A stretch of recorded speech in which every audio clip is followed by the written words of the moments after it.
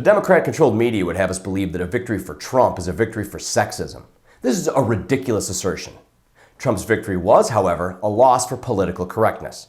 I don't think men are better than women, but I do think some chicks are hot, and that's okay. So stay tuned for my very first Conservative Cutie.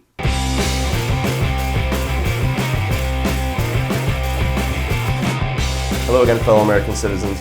It seems Trump phobia is severely affecting the logic of the left after the election. I've seen dozens of videos of people saying how afraid they are of a future under President Trump. Of course, these fears are based on misinformation from the failed Clinton campaign, mainstream media, and the left side of the internet echo chamber. So, in an effort to just calm everyone down, let's go through some of these snowflake nightmare scenarios of a Trump presidency and counter them with Trump's actual 100-day plan.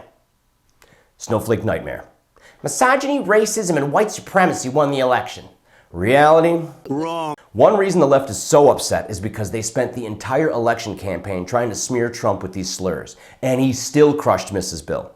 We told you he was racist, and you still voted for him. That makes you a racist. Typical leftist leap of logic. Let's be serious, okay? America elects one half-black president, and suddenly we're all racist when another white dude gets elected? Calm down. A lot of people that voted for Barry last time voted for Trump this time, so just relax. This has nothing to do with the amount of melanin in his skin. And just because a man won and a woman lost doesn't make this election a victory for misogyny. Only a complete sexist would vote for someone based solely on their gender. I assure you, the majority of Trump voters felt he would make a better president, regardless of his crotch equipment. This was a victory over the establishment and Washington corruption, not a victory for misogyny. The truth is, the principles of racism, sexism, and misogyny didn't win the election, but these social justice buzzwords themselves were the losers in the election. Americans are tired of the left's overuse of these words, and we're not falling for it anymore.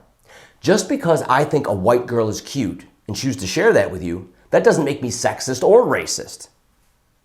And now it's time for today's Conservative Cutie. Millie Weaver, known on YouTube as Millennial Millie, is a field reporter for InfoWars. It was her reporting that made a lot of Trump supporters believe that he actually had a good chance of winning the swing state of Ohio. She helped us keep the faith, and she was right. Keep up the good work, Millie. Snowflake nightmare. Trump is going to repeal gay marriage and Roe versus Wade. Reality? Shut up. I covered this in my last video, and the truth still stands. These issues aren't even on Trump's list of how to make America great again.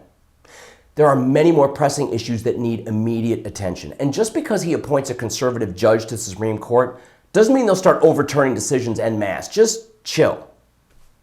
Snowflake nightmare.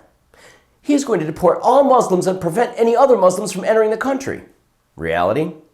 He is going to engage in extreme vetting for all people entering America and suspend immigration from countries that breed terrorists. So no, he's not deporting any legal U.S. resident.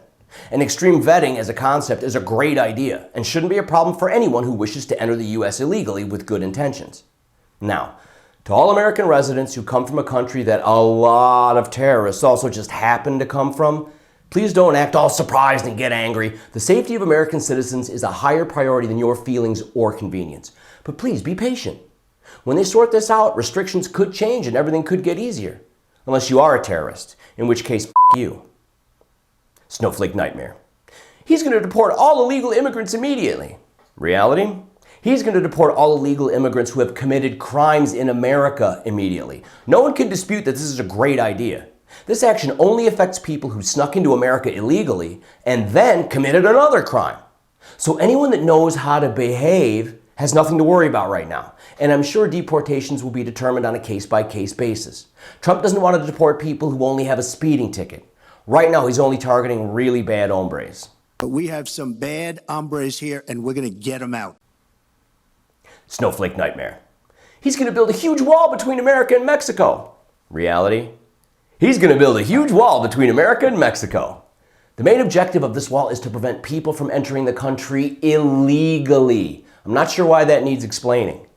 The wall should also help prevent the flow of drugs, weapons, and other illegal contraband. And I know, they're already using tunnels, slingshots, catapults, and giant kites, I heard, to move this stuff over the border. But that doesn't mean a huge wall doesn't serve a purpose. Think of it this way. If you can remember browsing the web back in the mid-90s, you know pop-up windows were a huge problem. So they created virus protection and ad blockers, and things have improved dramatically.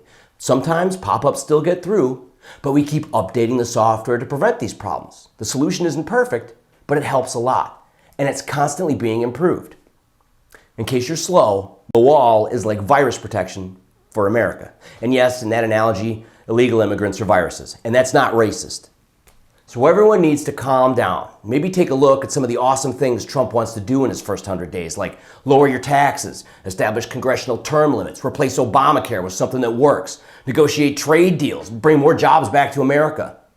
Trump's 100-day plan isn't as scary as Generation Snowflake believes. In fact, it sounds downright awesome.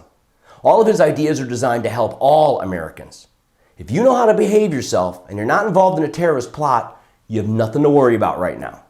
Should everyone give Trump a chance to be president for a day before starting to freak out? Fucking ain't right. Hey, do you love America? Well, America loves you, and so do I. Just as friends. Check out one of these videos, and don't forget to subscribe, and let's be Twitter buds. Let's keep this party rolling. Fucking A.